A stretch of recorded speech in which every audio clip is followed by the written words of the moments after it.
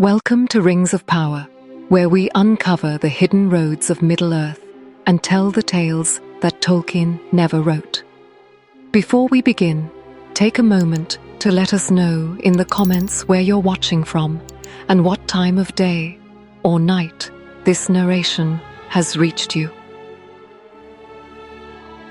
In the grey hours before dawn, when mist clings to the waters of Mithlond and the world holds its breath between night and day, white ships rest at anchor like sleeping swans. Their sails hang limp as shrouds, pale as the memory of starlight on water. Here, at the Grey Havens, where the river Lune meets the eternal sea, the last of the Eldar prepare for a journey that began before the rising of the sun. They were the first to awaken beneath the stars at Cuivianen. They were the first to hear music in the wind, to see light where others saw only darkness, to kindle fire that would never die. And now, as the fourth age of Middle-earth begins, they are the first to leave. But why? The tales tell us they departed because they were fading, growing thin and weary as the world aged around them. Yet as I stand here in the haunted twilight of the Grey Havens, listening to the cry of gulls that cuts through the heart like a blade of remembrance, I wonder if we have been told only half the truth. What if the accepted wisdom is but a comfortable lie? What if the elves did not leave simply because they were diminishing, like candles guttering in the wind? What if something far more terrible drove them from the shores they had walked since the world was young? The gulls wheel overhead, their voices sharp with ancient sorrow. In their cries, I hear echoes of a deeper lament, not the gentle melancholy of fading, but the raw anguish of souls who have seen too much, remembered too long, and can no longer bear the weight of what Middle-earth has become.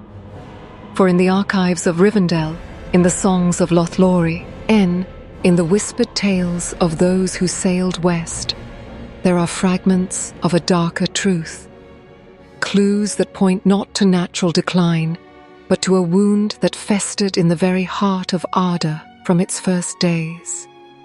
A wound that made the immortal children of Ilúvatar strangers in their own world.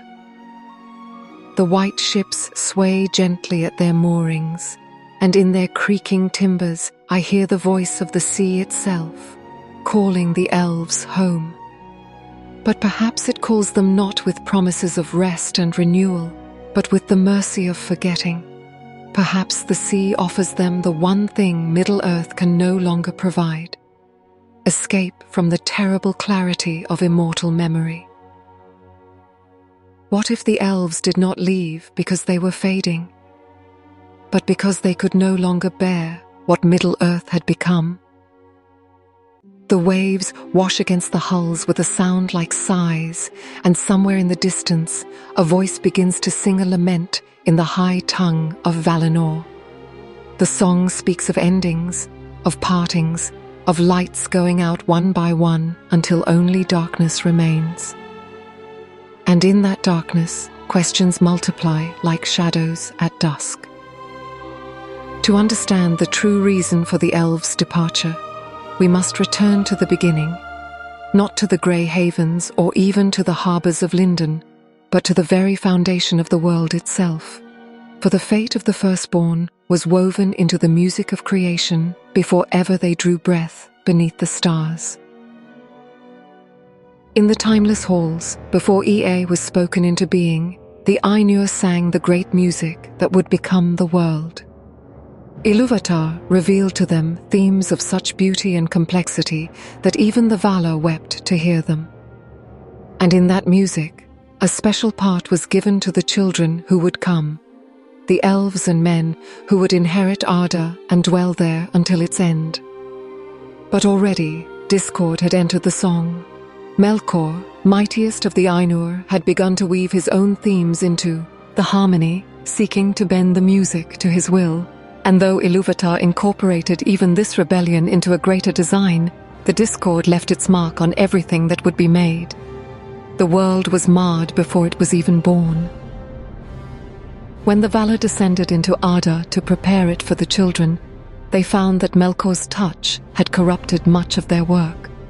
The very substance of the world, its stones and waters, its airs and fires, carried within them the echo of that first discord.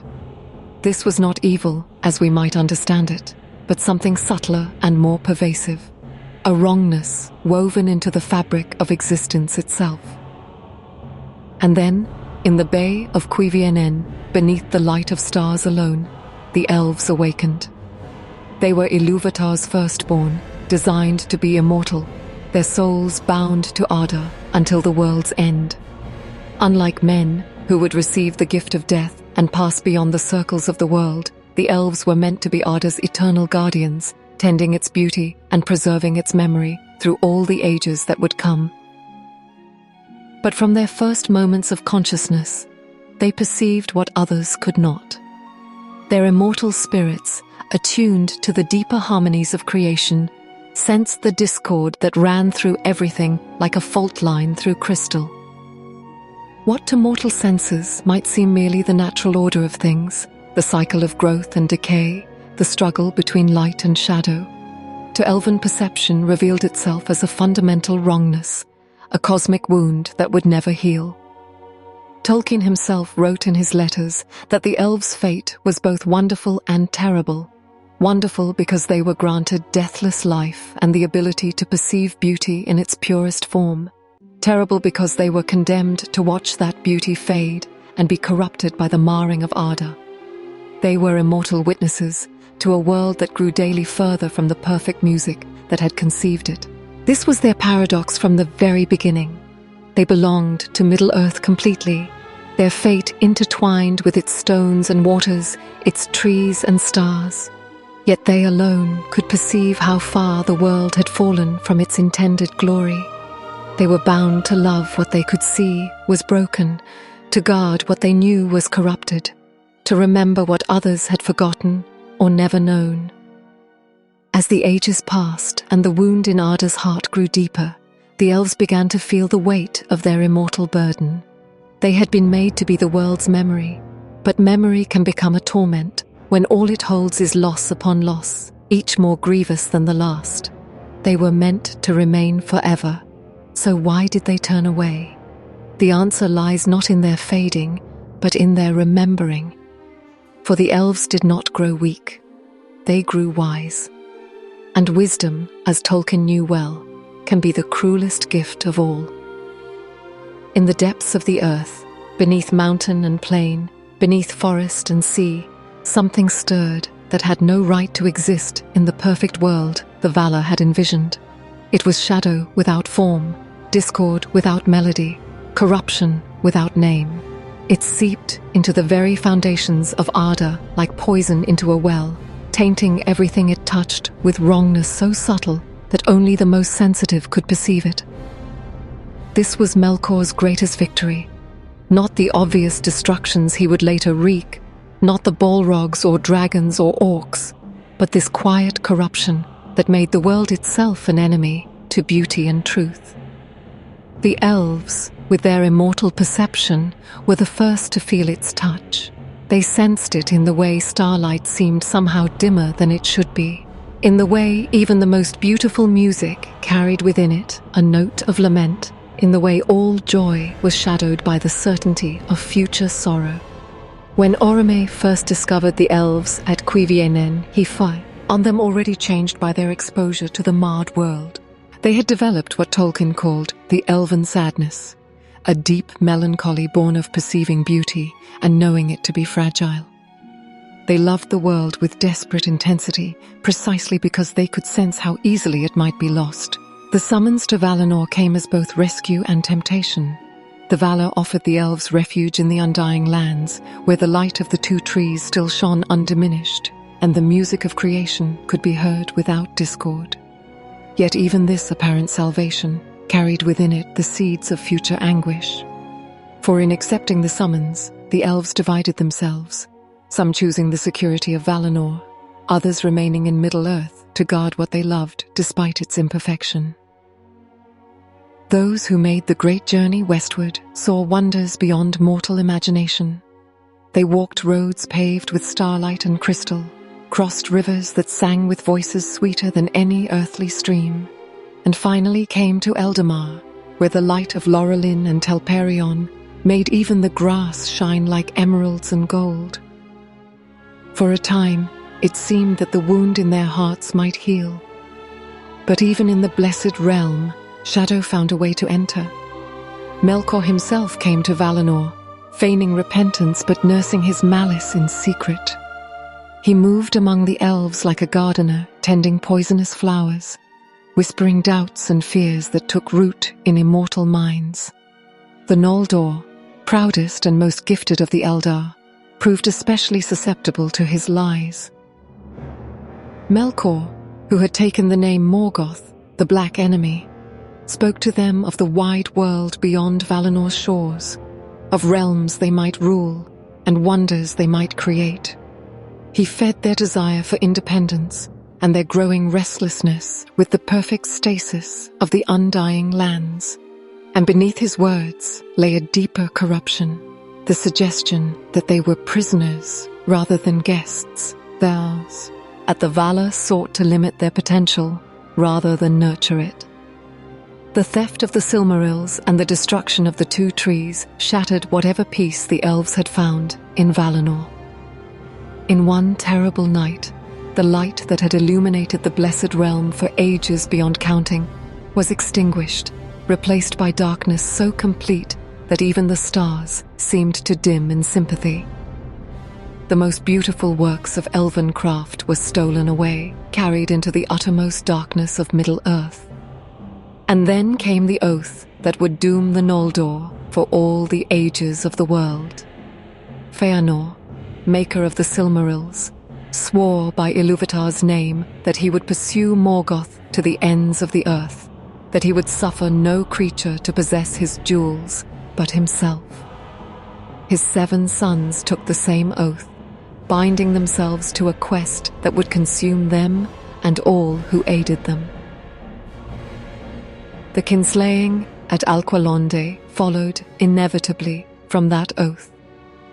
Elf slew elf for the first time in the history of the world, as Feanor's host seized the swan ships of their Telerin kindred. The harbour ran red with blood, and the songs of the sea elves turned to screams of betrayal and loss. In that moment, the elves lost their innocence forever, proving themselves capable of the same cruelty they had once thought was Morgoth's alone. The return to Middle-earth was a return to a wounded world, but now the elves carried wounds of their own. They had tasted the bitter fruit of kinstrife, had learned that even immortal hearts could harbour darkness. The shadow that Melkor had first awakened in Arda's foundations now dwelt within them as well, making them complicit in the world's corruption. In the long wars that followed, the elves achieved great deeds and suffered terrible losses. They built kingdoms of surpassing beauty: Gondolin the Hidden, Doriath of the Thousand Caves, Nargothrond, the realm of subtlety, and Sik-Eo. Rough, yet each of these realms was founded in exile, shadowed by loss, haunted by the knowledge that nothing they built could last in a world where the foundations themselves were flawed. The firstborn were not slain by swords alone, they were undone by remembrance. Each victory reminded them of defeats, each joy of sorrows past and yet to come. Their immortal memory became a library of loss, storing every wound, every betrayal, every beloved face that had passed into darkness. And unlike men, who could find comfort in forgetting, the elves remembered everything with crystal clarity, carrying the weight of ages in hearts that would never cease to beat. Above the halls of Mandos, where the spirits of the slain elves await their eventual return to life, the banners of judgment flutter in winds that carry the sound of weeping. It was here, in the presence of the Judge of the Dead, that the doom was spoken that would define the fate of the Noldor for all the ages of the world. Yet, As the echoes of that pronouncement fade into memory, one must ask, was the doom of Mandos truly a curse? Or was it perhaps the strangest mercy ever granted? When Feanor led his host from Valinor in pursuit of the stolen Silmarils, they came before the gates of Valmar in their pride and wrath. The light of Telperion and Lorelin still flickered in their eyes, but it was fading fast, replaced by the harder gleam of determination and vengeance. They had spilled kindred blood at the Swan Havens, had stolen ships and left their Telerin cousins bereaved upon the shore. Now they would face the judgment of the powers for their deeds. Mandos, called Namo, the doomsman of the Vala, spoke words that would ring through the halls of time like the tolling of a great bell. His voice carried the weight of fate itself as he pronounced the doom that would follow the Noldor into exile. Tears unnumbered ye shall shed, and the Valar will fence Valinor against you and shut you out, so that not even the echo of your lamentation shall pass over the mountains.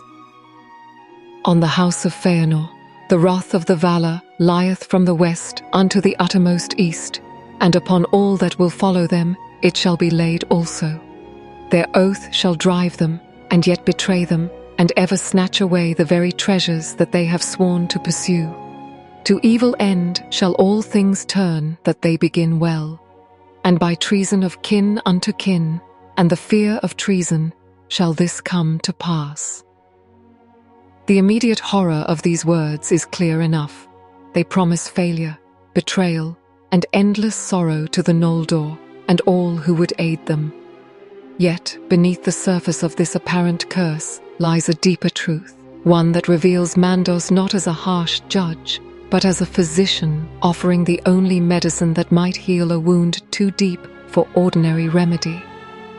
For what was the true sickness that had infected the Noldor? It was not merely pride or anger, or even the desire for vengeance, terrible though these were. It was the illusion that they could somehow transcend the fundamental corruption of Arda, that their craft and wisdom and strength could create something perfect in an imperfect world. They sought to possess beauty absolutely, to hold it frozen against all change and loss. In this desire lay the seed of their greatest folly. The doom of Mandos was designed to cure them of this illusion through the hardest teacher of all, experience, by ensuring that their treasures would elude them, that their victories would turn to defeats, that their closest bonds would be strained by mistrust and betrayal.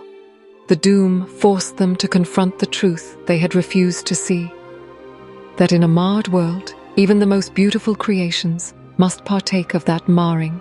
Consider the strange mercy hidden within this curse. Had the Noldor succeeded in their quest, had they reclaimed the Silmarils and established lasting kingdoms of perfect beauty, they would have remained forever trapped in the illusion that perfection was possible in Middle-earth.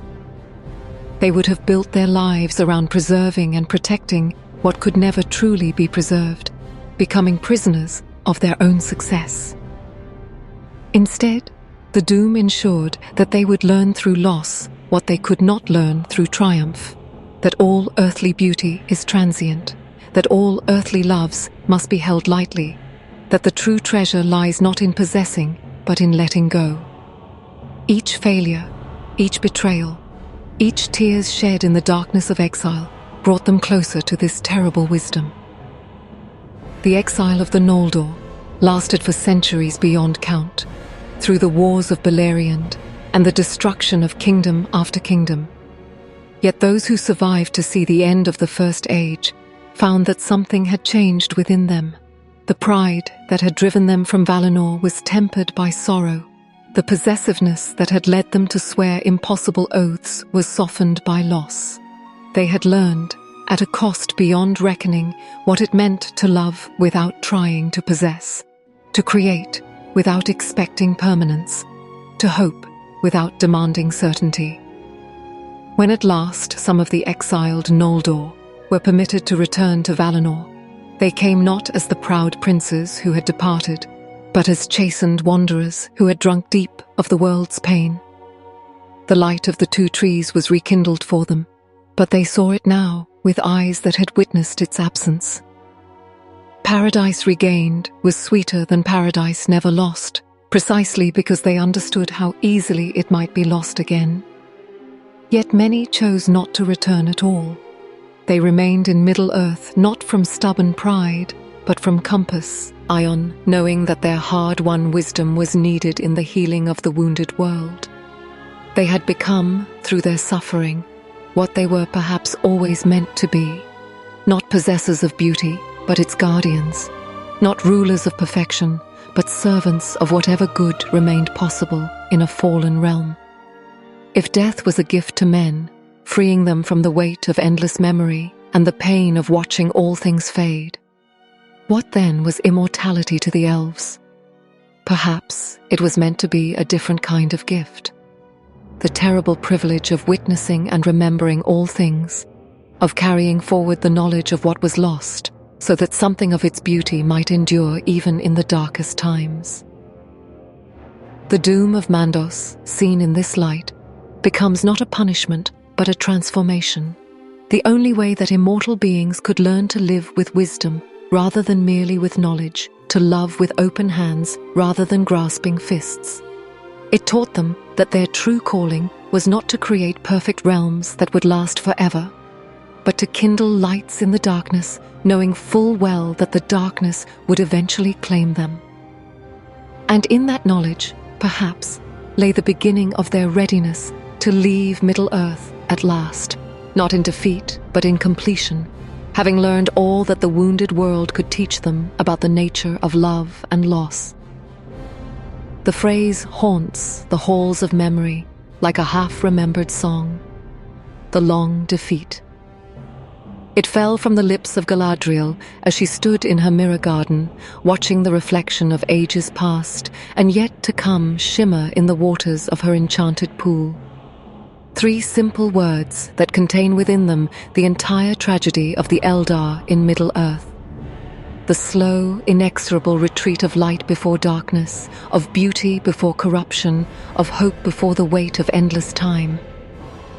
Yet to understand what Galadriel meant by the long defeat, we must trace its roots through the turning of the ages, from the drowning of Beleriand to the fading of the last homely houses. For this was not a defeat that came with trumpets and the clash of arms, but something far more subtle and therefore more complete. The gradual recognition that in a wounded world, even victory carries within it the seeds of future loss. The First Age ended not with triumph, but with catastrophe. The host of Valinor came at last to Middle-earth in all their power and glory, their banners bright with the light of Erendil's star. Morgoth was cast down, his fortress of Angband broken, his armies scattered like leaves before a hurricane. Yet the victory came at a price that left the very landscape scarred beyond recognition. Beleriand, that great realm where the elves had built their mightiest kingdoms, sank beneath the waves in the fury of the final battle. Gondolin the hidden, Nargothrond the fair, Doriath of the thousand caves, all vanished beneath the hungry waters of Belugaia. The elves who survived found themselves refugees in their own world, their great works reduced to songs and memories. Those who remained in Middle-earth after the first music's end gathered in Lindon and Gilgalad's halls, or wandered eastward into the wild lands beyond the misty mountains. They built new realms, Rivendell and Lothlorien chief among them, but these were refuges rather than kingdoms, havens where beauty might be preserved against the encroaching darkness rather than centers from which it might spread. And always, underlying their most joyous songs, ran the current of that deeper understanding. They were fighting not to win, but to remember, not to triumph, but to delay the inevitable. The long defeat had begun. The Second Age brought new hope and new despair in equal measure. The elves of Ostin Edhil, led by Celebrimbor, grandson of Feanor, turned their skill to the forging of rings of power that might preserve the beauty of Middle-earth against the corrosion of time. For a while, it seemed that they might succeed where their forefathers had failed. that craft and wisdom might indeed create something lasting in a world of change. But shadow had not been banished from Middle-earth with Morgoth's fall. It had merely changed its shape and taken a new name. Sauron the Deceiver came among the elves in fair form, calling himself Anatar, the Lord of Gifts. His counsel seemed wise, his purposes noble. Under his guidance, the rings of power took shape on the anvils of Ost in Edhil, each one a marvel of craft that promised to halt decay and preserve beauty against the march of time. Yet even as they worked, some among the elves felt a cold wind stirring in their hearts. Gil-galad refused to have any part in the ring-making, sensing corruption in the very concept. Elrond, too, held himself apart, though he could not yet name the source of his unease. And in Eregion itself, Celebrimbor worked in secret on 3 rings greater than all the others, Vilya, Narya, and Nenya, wrought without Sauron's touch or knowledge. The revelation of Sauron's treachery came like thunder in a clear sky. When he first set the one ring upon his finger in the fires of Mount Doom, every bearer of the lesser rings felt the touch of his will, like a brand upon their souls. In that moment, they understood the trap that had been laid for them, how their desire to preserve beauty had been turned into a means of domination. War came again to Middle-earth, and once more the elves took up arms against the darkness. The last alliance of elves and men marched to the very gates of Mordor, and there Gil-galad and Elendil fell, even as they cast down the Dark Lord. Victory, yes, but at such a cost that the very taste of triumph turned to ashes in the mouth. Gil-galad had been the last High King of the Noldor in Middle-earth. With his passing, an age ended that would never come again. The survivors, Elrond, Galadriel, Círdan, and the few others who remained, found themselves guardians of a diminished realm, keepers of lights that grew dimmer with each passing year. The Third Age dawned grey and quiet, its very peace a kind of defeat. The great kingdoms of the Elves dwindled to hidden enclaves. Rivendell became a refuge for scholars and law-masters rather than a centre of power. Lothlorien withdrew behind its borders of enchantment, its lady watching the world through her mirror, but no longer seeking to shape its course. The grey havens echoed with the sound of ships departing, but rarely arriving, as one by one, the great among the elves chose the long journey to the undying lands over the longer sorrow of remaining in Middle-earth. Those who stayed did so out of duty rather than hope. They tended ancient trees and preserved old songs, maintained the borders of their realms and offered refuge to the lost and weary. But they knew, with the terrible clarity of immortal perception, that they were fighting a rearguard action against time itself. Each passing century brought new losses. Orifer fell in the Battle of Dagorlad, his realm of the woodland elves left leaderless save for his son, Thranduil. The Nazgul rose in the east, and the very air of Middle-earth seemed to grow thicker and more oppressive. Men multiplied and spread across the world, their short lives burning bright and hot, while the elves watched from the margins like stars fading before the dawn. And still the long defeat continued, not in battles or sieges, but in the quiet moments between, in the gradual understanding that immortality in a mortal world was not a gift, but a burden, that to love anything in Middle-earth was to commit oneself to watching it pass away. They had become curators of a museum, guardians of beauty that existed now more in memory than in present reality. Return of the wizard Gandalf brought brief hope that the tide might turn, but even his presence was a reminder of how much had been lost, for he came not as a herald of victory, but as a sign that the Valar themselves no longer trusted the free peoples to defend their world without aid.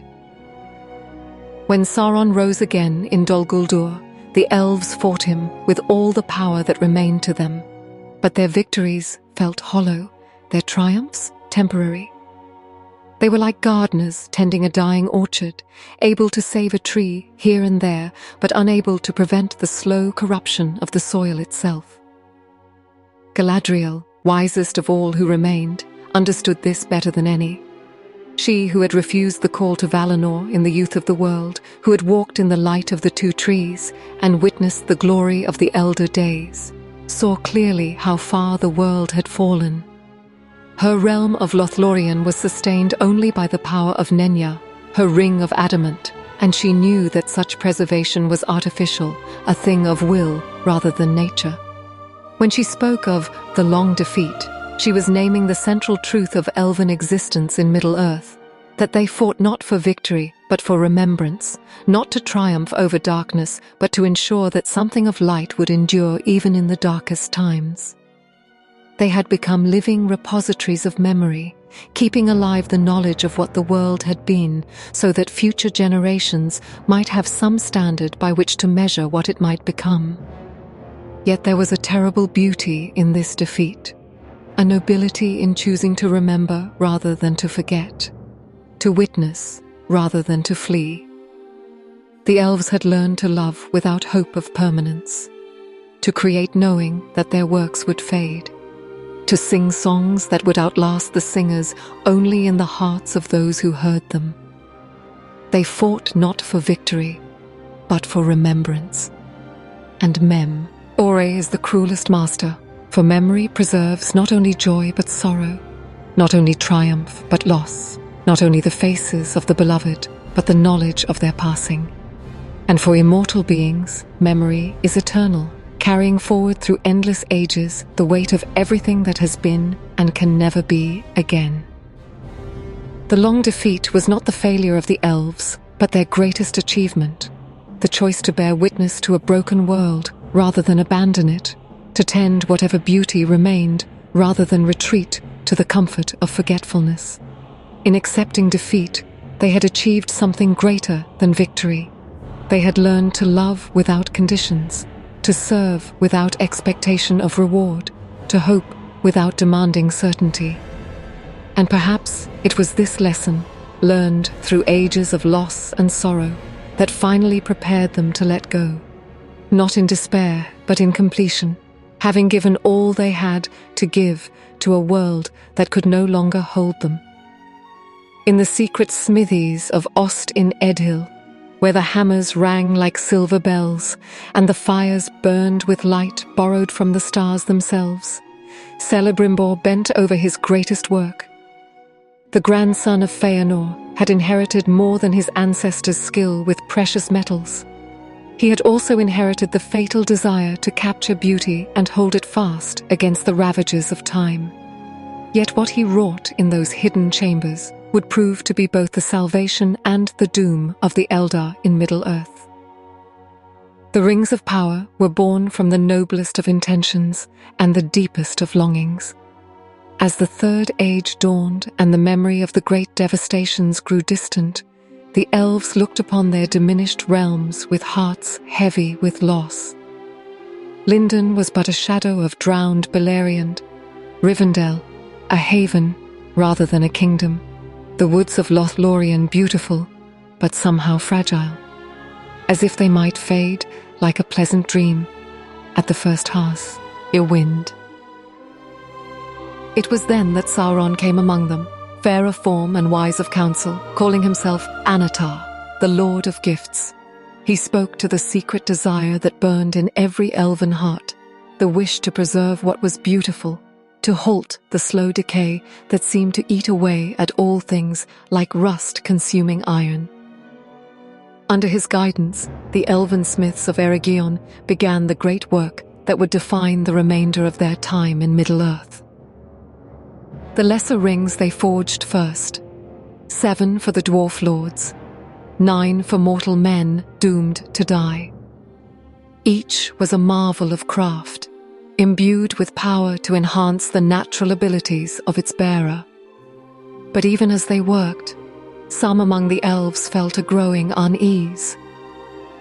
There was something in the very concept of the rings that troubled the wisest among them, This idea that power could be stored like grain in a storehouse, that the flow of time itself could be dammed like a river. Gil-galad, High King of the Noldor, would have nothing to do with the ring-making. From his halls in Lindon, he watched the work in Eregion with growing alarm, though he could not yet name the source of his fear. Elrond, too, held himself apart, sensing in the rings making an echo of the same pride that had driven his ancestors to their doom in ages past. But Celebrimbor pressed on, driven by visions of what might be accomplished. In the deepest secrecy, hidden even from Anatar's piercing gaze, he wrought 3 rings greater than all the others. Vilya he made, mightiest of all the rings, set with a sapphire blue as the depths of heaven. Narya he forged, the red ring that held within its ruby heart the power to kindle hope in desperate times.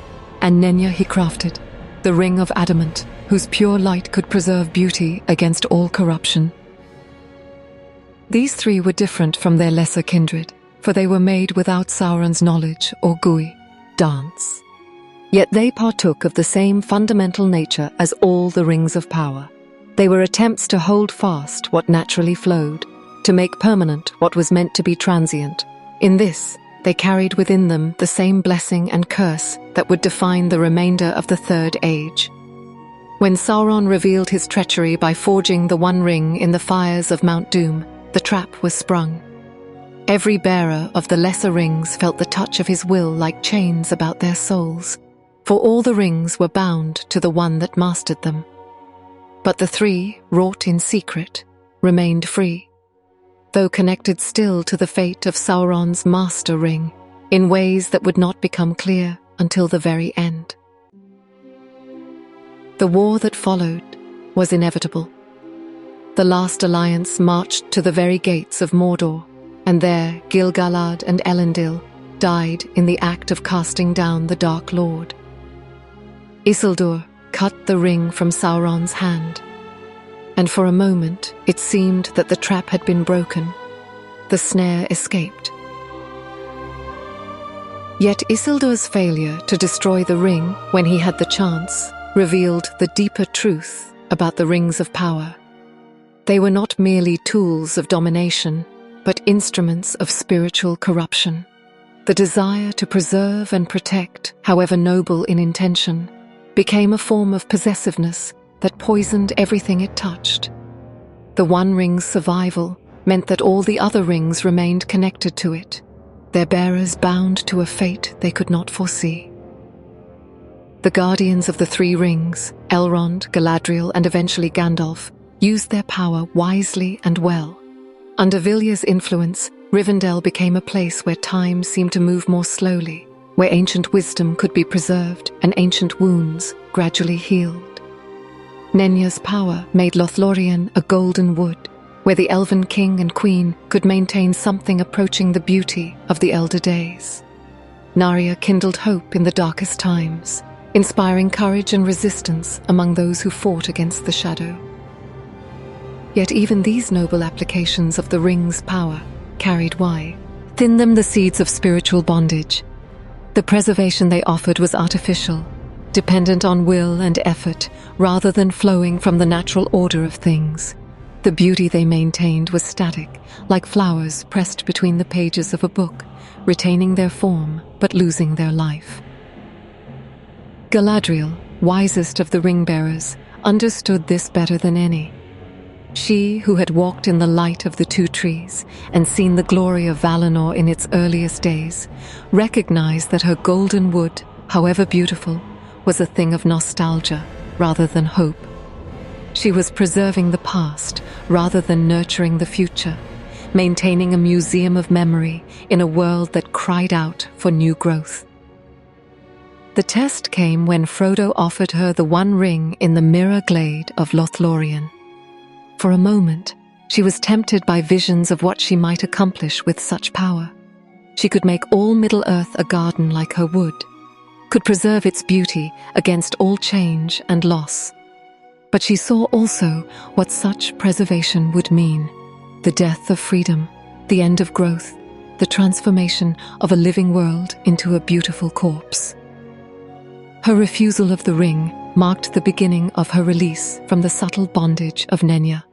She chose to let her wood fade rather than preserve it through domination, to accept loss rather than prevent it through force. In that choice lay the seed of wisdom that would eventually make possible the departure of the ring-bearers from Middle-earth. When the One Ring was finally destroyed in the fires of Mount Doom, the three rings lost their power as well. The preservations they had maintained began to fade. The protections they had offered started to crumble. Rivendell grew quieter, its timeless quality dissipating like morning mist. Lothlorien began to show the seasons again, its golden leaves falling at last to carpet the forest floor in Boreal. Brown and gold. Yet this fading was not a defeat, but a liberation.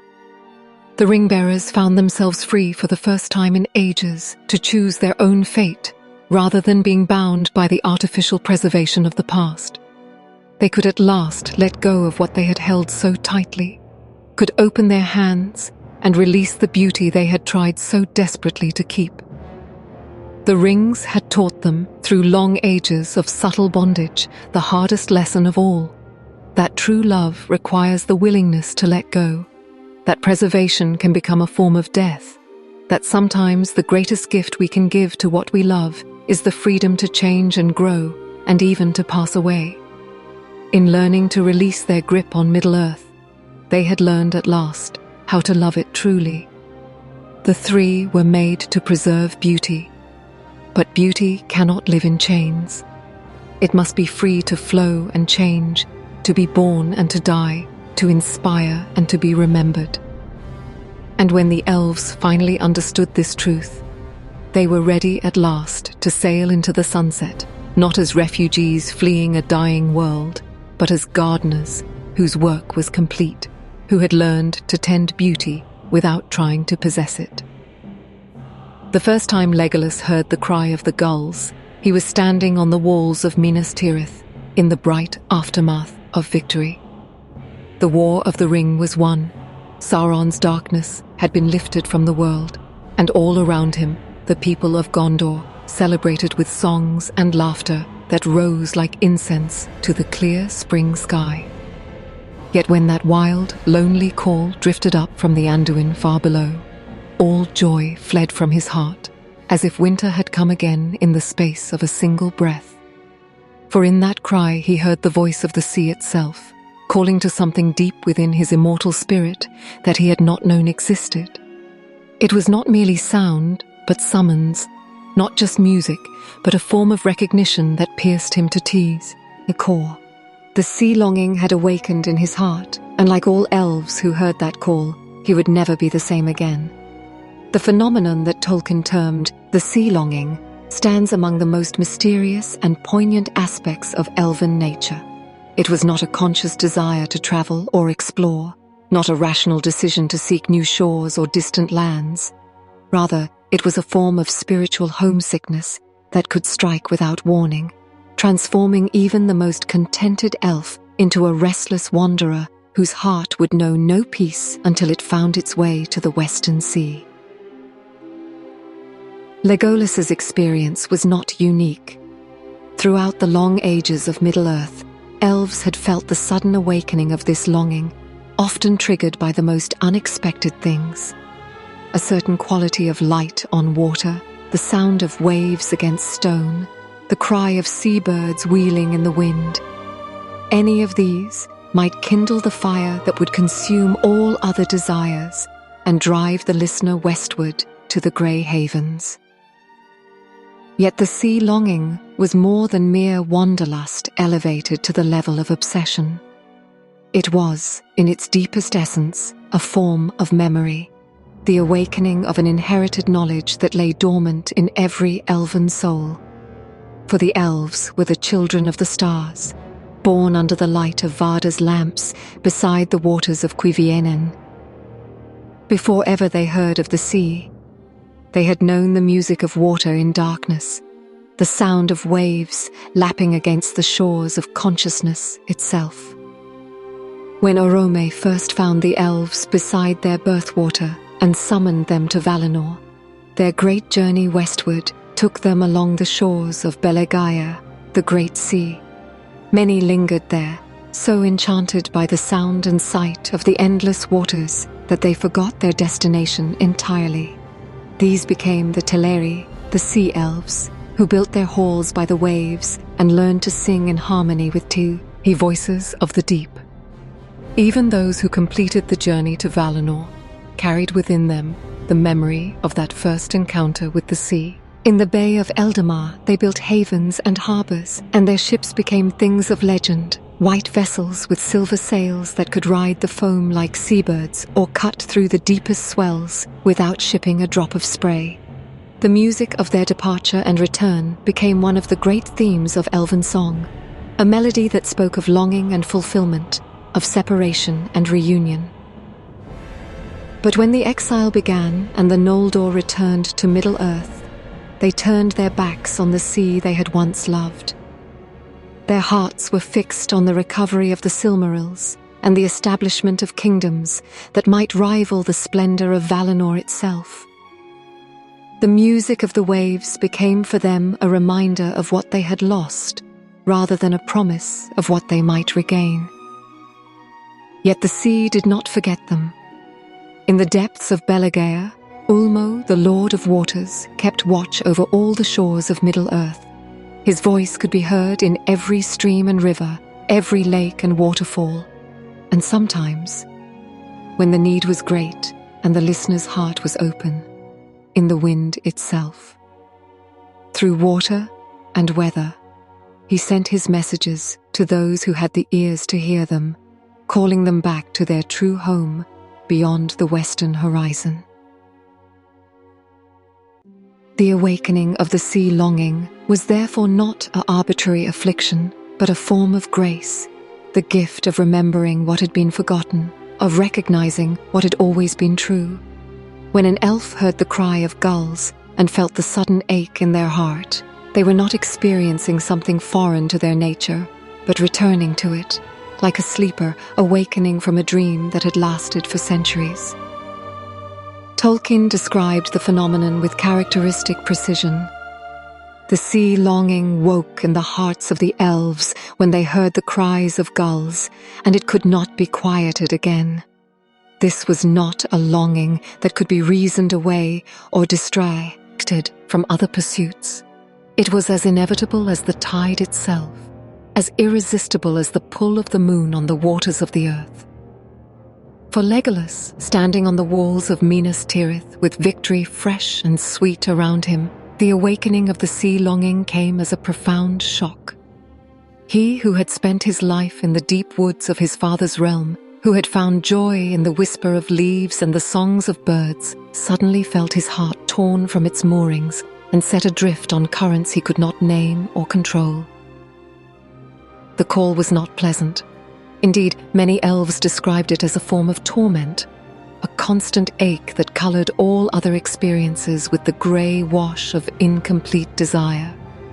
Food lost its savor, music its charm. Even the beauty of the natural world seemed somehow hollow and unsatisfying. The victim of sea longing became like a person dying of thirst, who can think of nothing but the next drink of water, except that the water they craved lay beyond the edge of the world.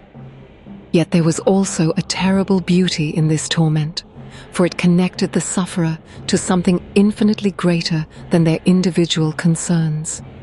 The sea longing was a reminder that the elves were not merely sophisticated beings who happened to live in Middle-earth, but children of a destiny that transcended the bounds of any single world or age. They belonged ultimately not to forest or mountain, but to the music that had created all things, and the sea was their pathway back to the source of that music. In his letters, Tolkien wrote of the sea longing as the voice of Ulmo, calling the elves home, but also as the echo of the music of creation itself. The elves who heard it were hearing not just the sound of waves against stone, but the original theme that had shaped their souls in the timeless halls.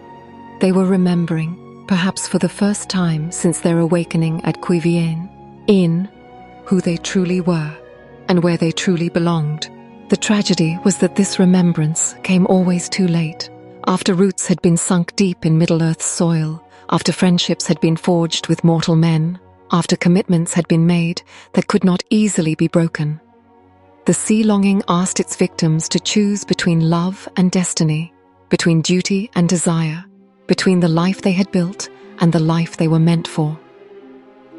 Most chose eventually to answer the call. They came to the grey havens with tears in their eyes and salt spray on their lips, carrying nothing but the memories of what they left behind.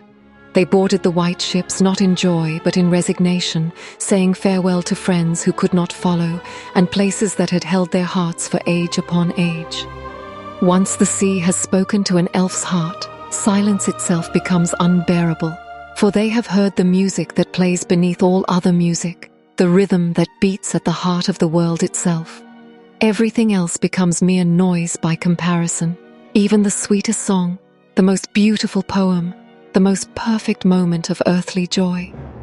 And so they sail west into the sunset, following the straight path that leads beyond the circles of the world to the realm where the sea longing finally finds its rest.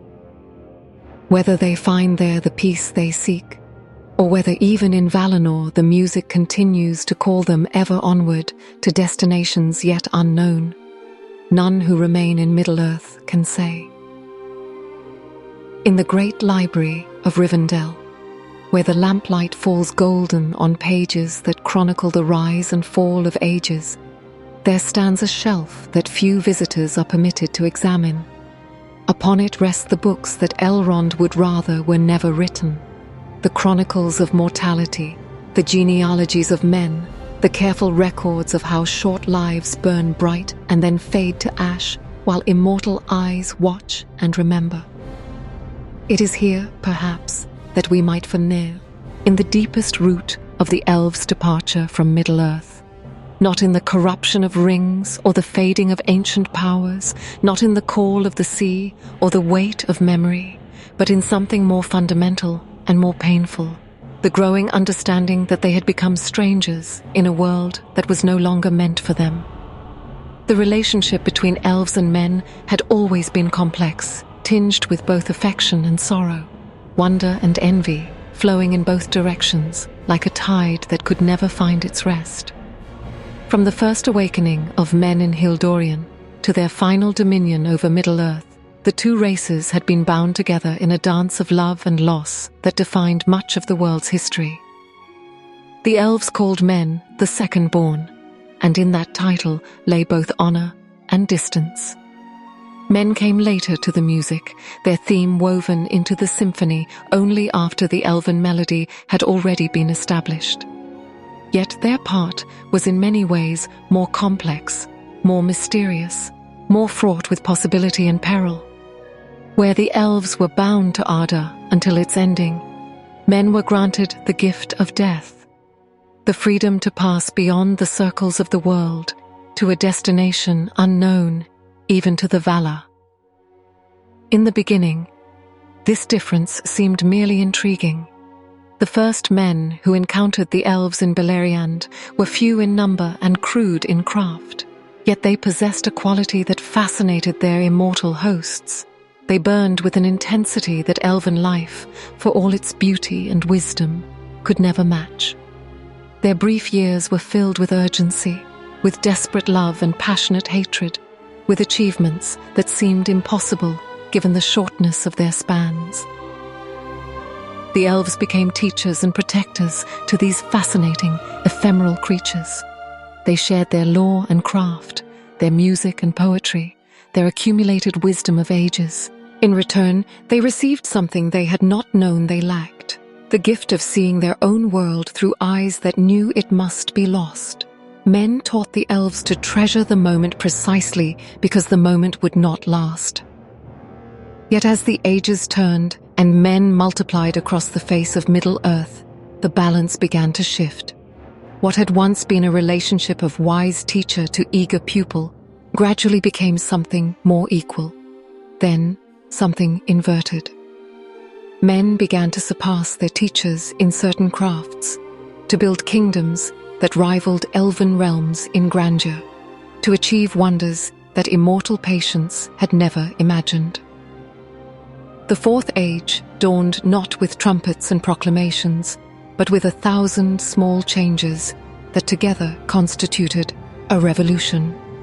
Men built roads where once there had been only forest paths, raised cities where once there had been only scattered settlements, forged tools and weapons with an efficiency that centuries of elven craftsmanship could not match. They were driven by the knowledge of their mortality to accomplish in decades what immortals might spend centuries contemplating. For the elves, watching this transformation was like watching their children grow up and leave home, a process that filled them with both pride and profound sadness. They had nurtured human civilization from its infancy, had protected men through their most vulnerable centuries, had shared with them the accumulated wisdom of ages. Now they found themselves increasingly irrelevant to a world that their pupils were rapidly making their own. The pain was not merely practical, but metaphysical. The elves had been designed to be the world's memory, its guardians and guides through all the ages that would come. Yet here were the men, with their brief lives and passionate hearts, creating new forms of beauty and meaning that had never existed before. They were not merely inheriting Middle-earth. They were transforming it into something the elves could barely recognize. In Lothlorien, Galadriel watched through her mirror as human kingdoms rose and fell with a speed that made even her immortal vision struggle to follow. Cities that took centuries to build were abandoned in decades. Cultural changes that should have taken ages to unfold happened within a single generation. The very pace of mortal life had become alien to elven sensibilities. Yet it was not speed alone that created the divide. Men possessed something that the elves, for all their wisdom and power, could never achieve: the ability to truly change. An elf might learn and grow over the centuries, might deepen in understanding and skill, but their fundamental nature remained constant. They were what they were, and what they were was fixed from the moment of their awakening. Men, by contrast, seemed capable of endless transformation. Each generation was different from the last, each culture a new experiment in the possibilities of mortal existence. They could be cruel or kind, wise or foolish, noble or base, sometimes all in the span of a single lifetime. Their very unpredictability was a form of freedom that immortal spirits could never know. The elves began to feel the weight of their own constancy. Their immortal memory became a burden when it prevented them from seeing the world with fresh eyes. Their accumulated wisdom became a cage when it made them unable to embrace new possibilities. They found themselves becoming curators of the past, while men seized hold of the future. The envy flowed both ways, of course. Men looked upon the elves and saw beings who would never know the terror of aging, the grief of watching their children grow old and die, the desperate urgency of dreams that must be achieved before time runs out. They saw immortal spirits who could pursue knowledge and beauty for their own sake, unconstrained by the need to hurry, to choose, to sacrifice one possibility for another. Yet, increasingly, the elves envied men their freedom from the burden of endless time. They watched mortal friends live passionate, concentrated lives and then pass peacefully into whatever lay beyond, while they themselves remained bound to a world that grew daily more alien to their nature. Death began to seem not a curse, but a gift, the ultimate release from the weight of infinite memory and the pain of watching everything change. The final irony was that the elves' very success as teachers and protectors had made their continued presence unnecessary. The kingdoms of men no longer needed elven guidance to flourish. Human smiths could forge steel as fine as any elven blade. Human architects could raise towers that rivaled the beauty of Rivendell. Human poets could compose songs that moved even immortal hearts to tears. The world had grown beyond its guardians. Like parents watching their children achieve independence, the elves found themselves faced with a choice: remain and become increasingly irrelevant, or step aside and let the new inheritors of Middle-earth make their own way. When the Age of Men began, the Age of Memory ended. For memory, however beautiful and precious, is ultimately concerned with what has been rather than what might be. And the future, as the elves finally understood, belonged to those who could embrace change rather than those who sought to preserve what was already perfect. The departure of the elves was therefore not a retreat, but a recognition, an acknowledgement that their work was complete and their time was past. They had served as bridges between the divine and the mortal, preserving the memory of creation's first music until men were ready to compose new songs of their own. In stepping aside, they performed perhaps their greatest act of love for Middle-earth. They gave it the freedom to become something they could never have imagined, something that could only be achieved by beings who were not bound by the weight of infinite memory or the burden of immortal responsibility. The Grey Havens rest in eternal twilight now, their keys empty save for the ghost of memory and the whisper of winds that carry no ship song. Here, where the river Lune meets the sea and the straight path begins that leads beyond the circles of the world, the last great departure took place, not with fanfare or celebration, but with the quiet dignity of those who know their time has come. On that day in early autumn, when the leaves were just beginning to turn and the air carried the first hint of winter's approach, 4 figures walked slowly down to the harbour, where a single white ship waited with sails already set for the western wind. Gandalf came first, leaning on his staff, but walking with the measured pace of one who has finally laid down a burden too long carried. Behind him walked Elrond, Lord of Rivendell, his ageless face marked not with years, but with the weight of accumulated sorrows and joys. Galadriel followed, her golden hair catching the last light of the setting sun, her steps as graceful as they had been in the youth of the world, yet somehow final in their rhythm.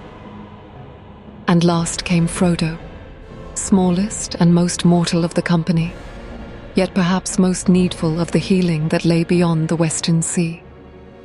The ring-bearer walked like one in a dream, his feet finding the path without conscious thought, drawn by a longing he could not name, but could no longer resist.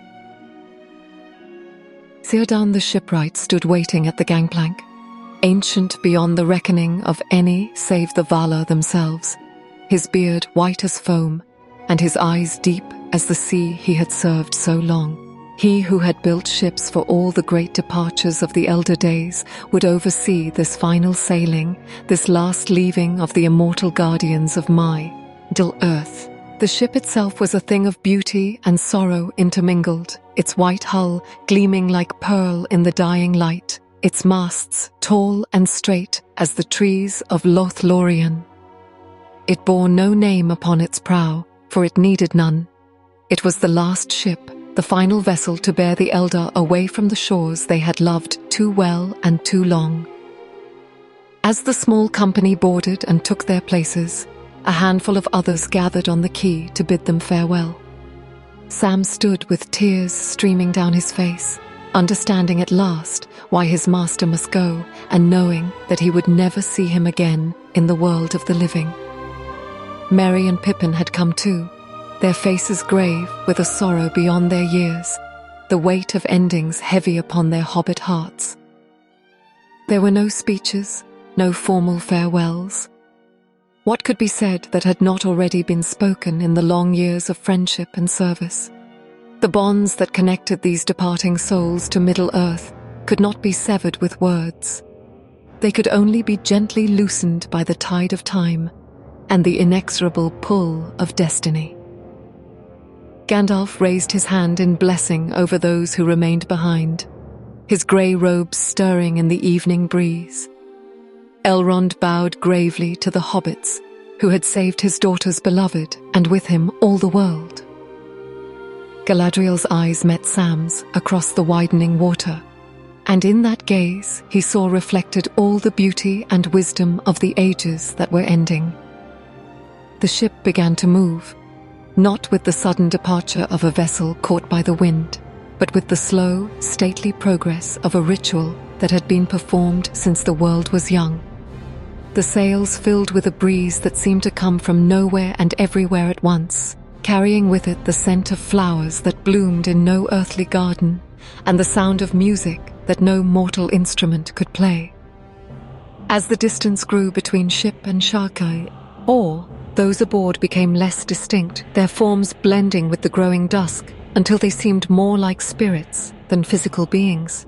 The ship itself began to take on an ethereal quality, its white hull growing translucent, its sails becoming veils of mist and memory. Yet this was no act of triumph or escape. It was a surrender, a final acknowledgement that their time in Middle-earth was complete.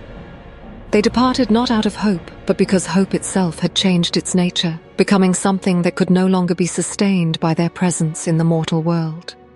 The elves who sailed west carried with them the accumulated memory of ages. Every song that had been sung in the halls of Gil-galad, every poem composed in the gardens of Rivendell, every moment of beauty that had flowered in the woodland realms of the Firstborn. They were living libraries of what the world had been, repositories of wisdom and lore that would otherwise be lost forever. But they carried also the weight of every sorrow, every defeat, every beloved face that had passed into darkness. Their immortal memory had become both treasure and torment, preserving joy and pain with equal clarity, holding fast to what mortals were blessed to forget. As the ship reached the horizon where sea meets sky, it began to take the straight path that leads beyond the curve of the world to the undying lands. This was the road that Arundel had first sailed with the Silmaril upon his brow, the route that connected Middle-earth to the blessed realm across gulfs of water and time. The last glimpse those on shore had of the departing ship was not of its physical form, but of its light, a soft glow that lingered on the water long after the vessel itself had vanished, like the ghost of starlight on dark waves. Then even that faded, and the grey havens were grey indeed, empty of all save the memory of what had been and the knowledge that an age had ended. The ship bore away more than its passengers. It carried with it the very possibility of such beauty as the elves had brought to Middle-earth. Never again would mortals walk in gardens where every flower was placed with immortal care. Never again would they hear songs that had been perfected over centuries of subtle refinement. Never again would they find refuge in halls where time moved like honey and healing was more certain than sunrise. The lights of Rivendell would dim and fade. The golden wood of Lothlorien would know the seasons again. The grey havens would echo only with the cry of gulls and the sigh of empty wind. The age of the elves was ending not with war or catastrophe, but with a slow diminishment, a gradual fading of light until only memory remained. Thus ended the Firstborn in Middle-earth, not with war or fire, but with silence. The world grew a little darker, a little more ordinary, a little less touched by magic with their passing. Yet perhaps that was as it should be. Perhaps the time had come for mortals to make their own light, to sing their own songs, to find their own forms of beauty in a world no longer shadowed by immortal perfection.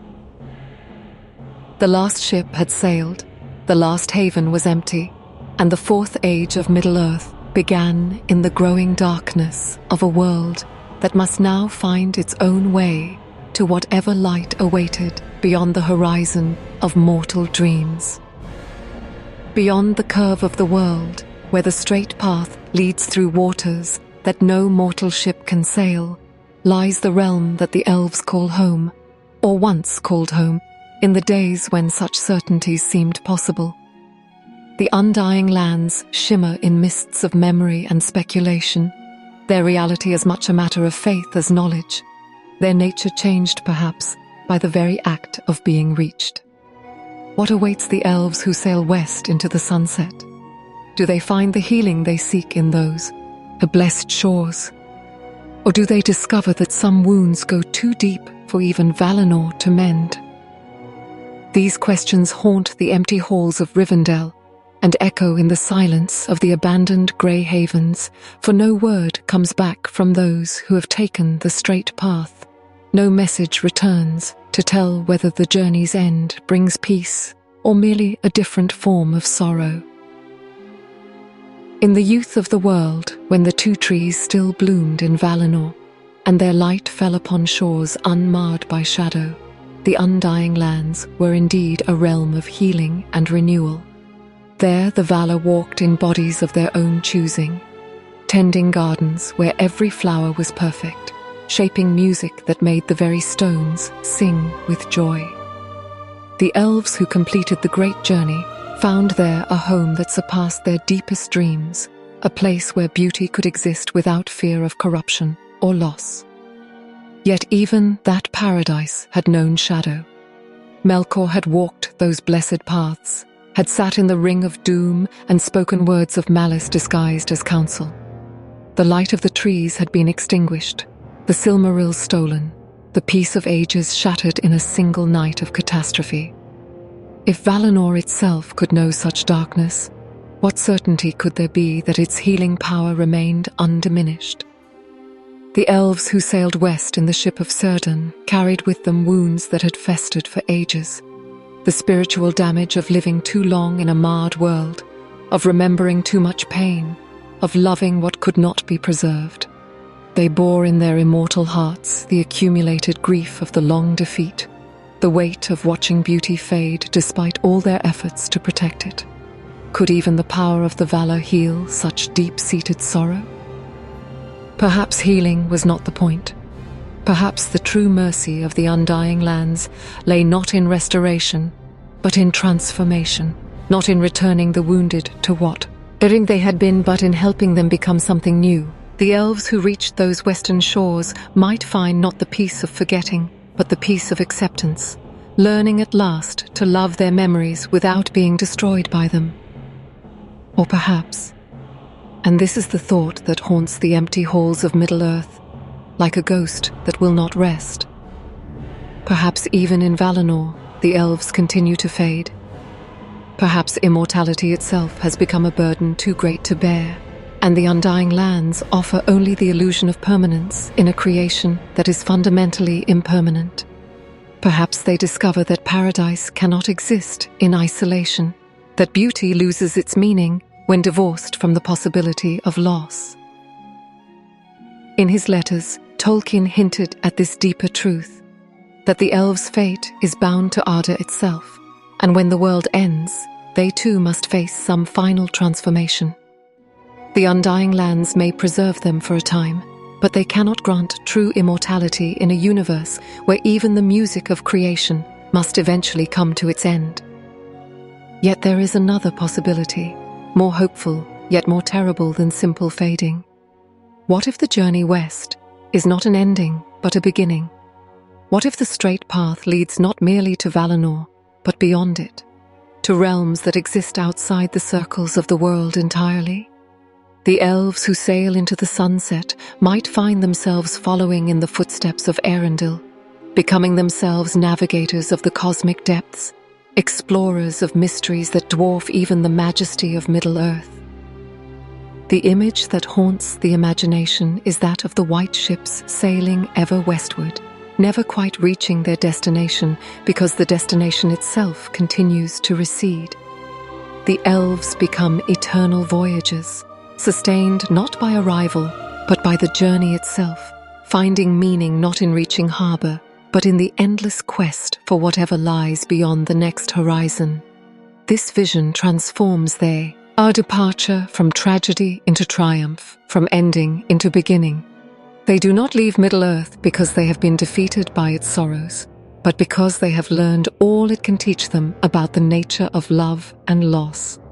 They sail west not as refugees, but as graduates, ready to face whatever new challenges await in the depths of the cosmic sea.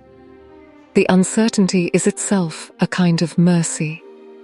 If the fate of the departed elves were known, If word came back from the undying lands, telling of their joy or sorrow, their peace or continued wandering, then departure would become a calculated choice rather than an act of faith. The mystery preserves the nobility of their leaving, allowing each who remains to imagine their own version of the western shore. The world grows quiet when the elves depart, but sometimes, when the wind is right and the heart is open to such things, you can still hear them singing beyond the waves. Their voices carry across the water like echoes of a dream, reminding those who listen that beauty does not truly die, but only changes form, that the music of creation continues even when the singers have passed beyond the range of mortal hearing.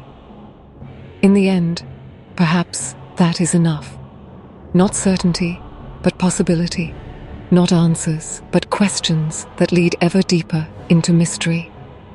The elves have vanished into legend, as they always knew they must, but the legend itself continues to shine with something of their light, inspiring new songs in new voices, kindling new fires in hearts that never knew the glory of the elder days.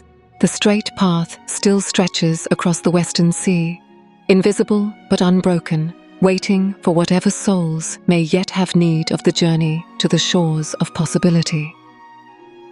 And in that waiting lies perhaps the greatest gift the elves left behind. Not the memory of what they achieved, but the promise that there are still wonders to be discovered, still songs to be sung, still lights to be kindled in whatever darkness may come. The last ship has sailed, but the music plays on, somewhere beyond the edge of hearing, in the realm where all questions find their answers and all partings lead at last to reunion. Dear listener, this story ends, but many await. Subscribe so no tale escapes you.